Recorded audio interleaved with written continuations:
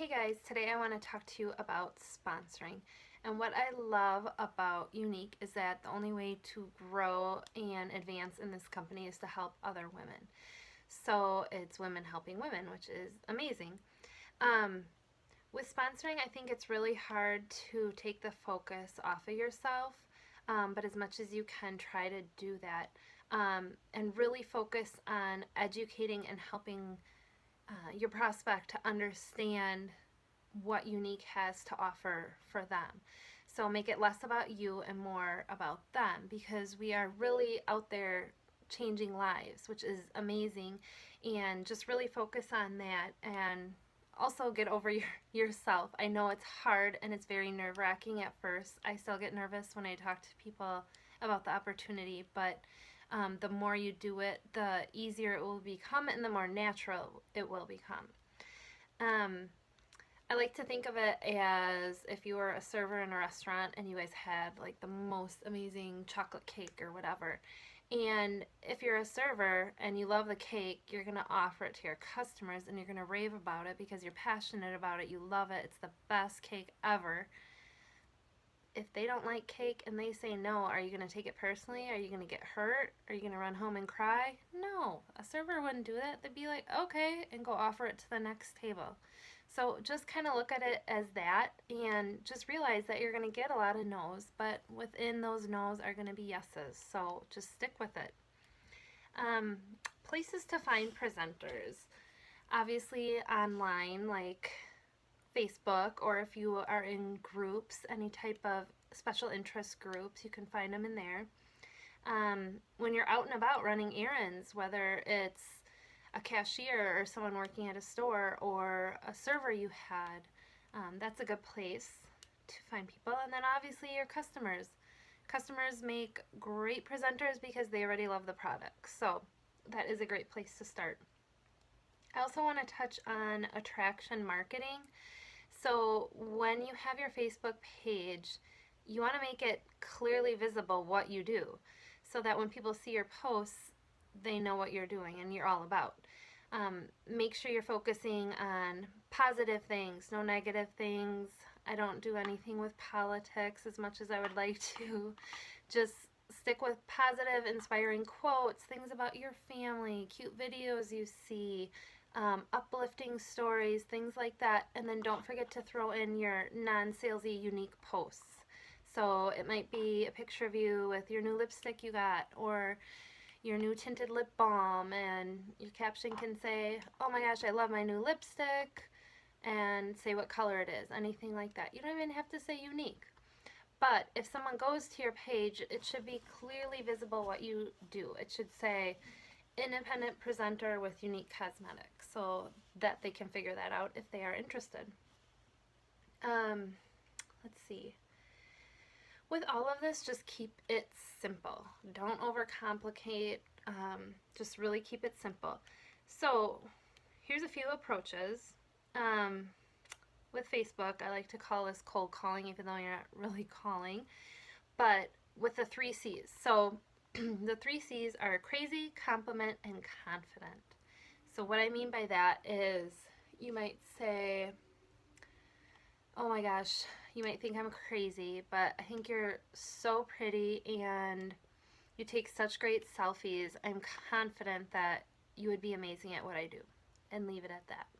And see what they say. They might say, oh, well, what do you do? And then you go into what do you do? But the thing with this is you have to be genuine, okay? Don't say it if you don't mean it. You can't just send messages to every Facebook friend you have saying the same thing. So it should be something specific to that person that you've noticed on Facebook and a reason why you think that they would be amazing at Younique. So that is the 3 C's. Let's see. Another great way, I learned this from Cara Lewis Newton, is if you have a party set up with a new hostess and before the party even starts, you send them a message that says, this is straight from her, hey, before we go any further, it's always better if you join Younique before your party so you get the commissions. Is that something you'd be interested in? I mean, this is such a safe way to just ask people because the worst they can say is no. Oh, well, you're already doing a party for them, but they might say, oh, tell me more. Yeah, I am interested. And so I think unless you open that door, some people maybe don't even really think about it. So that's a great way to offer the opportunity. And then obviously customers. Maybe it's someone that purchases from you a lot. You could say, you know, as a presenter, I get a discount on all my makeup. Could you ever imagine doing this with me? They could say yes, they could say no, they could say tell me more, but it's worth a try. I mean, you honestly believe that, hey, if I was a customer and I love these products, I'd be probably willing to buy an amazing starter kit and buy my own makeup from myself and get a discount. So that is a great way. Also, if you are doing a party for someone and they are like one of the most amazing hostesses you've ever had, compliment on them. Compliment them on that and say, oh my gosh, you're so natural. You're one of the best hostesses I've ever had. Could you ever imagine just doing this with me? I think you'd be amazing. I mean, who wouldn't feel good about something like that if you heard that? Whether your answer is no or yes, it's amazing to get a compliment like that. Um, Another way I have reached out to people is if I'm at a checkout line and I notice that the cashier is super friendly, nice, maybe already has makeup on, or at a restaurant, if I get really great service from a waitress and she's super friendly, I will leave a business card and I will write on the back, thank you for the great service. I think you'd be amazing at what I do. And I write my name. And I have had some people reach out to me from that. So that's a great way to reach out for people. And I'm being genuine. I'm giving people compliments. So either way, I'm sure I'm making their day. So let's see here. So now I'm going to go into a little bit the book I read called Go Pro with Eric. I never know how to say his last name. Eric Ward. I love that book. It has great tips on sponsoring new recruits. So he starts with, you know, giving someone a sincere compliment, which I kind of already touched on, but it might be, you know, you've always been really successful at what you've done, or it might be, you know, I really respect your business sense. You really have a knack for that. It might be, you know, I think you're really sharp. It might be, hey, I think you take amazing selfies, anything, but make sure it's genuine. And then the invitation. So once you give them a compliment, you might say, hey, I'm really excited. I just started this new business and I know you have so much business experience. Would you mind taking a look at this and giving me your honest opinion? Another way might be you might take the nervous approach. So I just started this new business. I'm really nervous and I need to practice on a friendly face. And I really respect you and would you mind helping me out? So that you could ask a family or friend. And either way, you're getting practice and you never know. They might be interested in the opportunity. And let's see. Another way is maybe if it's someone you don't know personally, but that lives in a different area than you, you can say, hey, my company is expanding in your area, and would you do me a favor and take a look at this opportunity and let me know what you think? So that is a great way, like wording-wise, to reach out to people and invite them to the opportunity. Another way is maybe if it's not for them, but who do you know? Who do you know that is ambitious, is motivated, is looking for a little bit extra cash, looking to work from home, things like that. And so then inviting them to view some material, or maybe if you have a webinar you want them to watch, or a recruiting video, or maybe you have a call that you're doing. So using the if and would. So what that means is, if I sent you a link to a video, would you be willing to watch it and give me your honest opinion? Or if I invited you on this call, would you be willing to take part in it and give me your honest opinion afterwards? And I think that's a really helpful way to offer the opportunity to people, or to just to listen to the material, because there is no pressure. You're just asking for their opinion. You're not asking them to sign up to join or anything like that. You're just asking them, say, I really respect your opinion and I want to know what you think. If they say no, just leave it. Excuse me. Don't pressure. Don't nag. But if they say yes, which probably most people would, you want to get a confirmation. And he suggests basically getting several confirmations. So if they say, sure, I'll take a look at it, you say, great, I really appreciate that. When do you think you could watch this by? Okay, so say they say, I could probably watch it by Wednesday. You say, great. So if you watch this on Wednesday, if I called you on Thursday, would you have watched it? Yes. Okay, perfect. Then you set up a time to call them. Calling is usually best because they can really hear the excitement and energy and passion in your voice. So that is best if you are able to do that. Get them on the phone. So just a reminder, you want to get that confirmation. So they are basically setting it up. They're agreeing to watch the video, watch the information, and they're setting the time. I'm going to watch it by this time. And then basically the next day that they will be ready to discuss it with you. So make sure you get that confirmed and get that scheduled. So when you follow up, make sure, you said you were going to do this, so make sure you follow up and that date and that time that you're calling them or messaging them or what have it, or meeting them. And just basically ask, did you review the information? If they say no, go through those steps again. Okay, no problem, I understand, life gets really busy. When do you think you could watch it? And then get the confirmation and so on and so forth. If they say yes, in the past I've had the tendency of saying, what did you think? Okay, well that's a really general question to ask and it could go any direction. So what Eric suggests is saying, what did you like best? And that way you're really focusing on the positives. Another suggestion is on a scale of 1 to 10, with 1 being zero interest at all, 10 being let's get started, where are you at right now? So it's also kind of focusing on the positives. Anything higher than a 1 is great because that means there's some sort of interest. So any sort of interest, you can say, well, how can I help you get to a higher number? What information can I give you to help you get to a higher number? And some things that they might suggest or say are, well, I want to try the product first. Maybe they haven't tried the product. Another thing is, maybe I need to talk to my spouse. Maybe I want to learn more about the compensation plan. I want to know more about what the company stands for. Things like that. And that's great because that gives you more opportunity to share more information with people.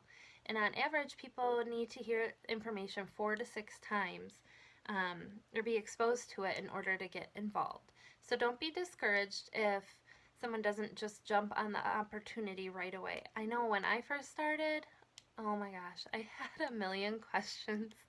I think Jill Waller must have sent me like 4 or 5 videos. I did like a group chat thing. Yeah, I really wanted to know my information before I started. So, and some people are just ready to sign up right away. So don't be discouraged if someone isn't ready to go right away. Now let's talk about objections. Oftentimes people might say they have self-doubt. So, well, I could never do videos like you do. Or maybe they don't believe that they will be successful or that they will be able to do it. Other objections are maybe questioning multi-level marketing or direct sales, thinking it's a pyramid scheme, that sort of thing. So, some suggestions for overcoming objections is maybe if they say, well, I don't really have $99 to get started. You really want to have empathy and be understanding and use the 3 F's. So we had the 3 C's, now we have the 3 F's. Feel, felt, found, okay? And this is how you're going to express empathy. So you basically say, I understand how you feel, I felt the same way, but what I found is, so on and so forth. So, for example, if someone said they didn't have the money for the startup, you could say, I totally understand how you feel. I was in the same boat. But what I found is, if I kept not being able to pay my bills, how was I really going to make a change in my life? This was just going to continue to go on how it was. So, that sort of thing. So, feel, felt, found. If it doesn't apply to your story, know a couple presenters' stories within the company. You could do your sponsor, maybe someone who's on your team. Another objection might be, I don't have any time. Confidence, things like that. So kind of know a few stories because you don't want to just be obviously lying to people. So be honest, be genuine, but have those other stories where, they can have someone to relate to. In regards to the multi-level marketing, if they say, oh, well, that's just one of those pyramid schemes, you could say, oh, it sounds like you have a story. Did you try multi-level marketing before? And if they did, you could ask them, well, is there a reason why you didn't have success? Do you feel you really gave it a fair shot? Maybe your timing wasn't just right. So those are ways you can deal with objections. But just because you get an objection and someone says, oh, I couldn't do those videos, or no, I just don't believe in direct sales. Don't just give it up and leave it like that, okay? You can work around that. So really work on the feel, felt, found, and just really kind of get down to their level and where they're coming from, and really try to understand what they're going through and what they're feeling about the opportunity. And then when closing, here are 4 suggestions from Eric War. He says, if you were to get started part-time, how much would you need to earn per month to make this worth your while? So hopefully it's a realistic number and not like $10,000, because then you would just have to be like, well, that's kind of unrealistic.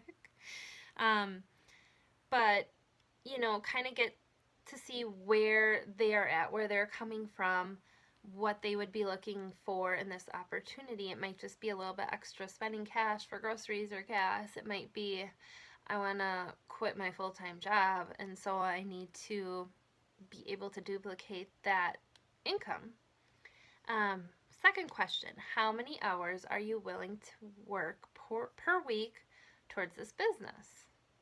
Number 3, how many months could you work to develop that income? So at this point, you're kind of determining what they want out of it and how hard they're willing to work. So once again, kind of reevaluate that to see if it's realistic. Obviously, if they want to earn $10,000 by working 2 hours a week for a month, that's obviously not going to happen. So you need to be honest with them and help them reevaluate their goals. And then when closing, you say, if I could show you how to do the above, so basically, if I could show you how to make $500 a month, would you be ready to get started? So it's really just focusing on where the person is at, what their concerns are, what their goals are, and just really getting down to their level. So not making it about you, making it about them, and helping them to really understand what an amazing opportunity this is. So be energetic, be passionate, be excited, spread the love. Don't be pushy, but be understanding, be empathetic, and just don't give up. So the more you do it, the easier it'll become. So I hope that helps. Thanks.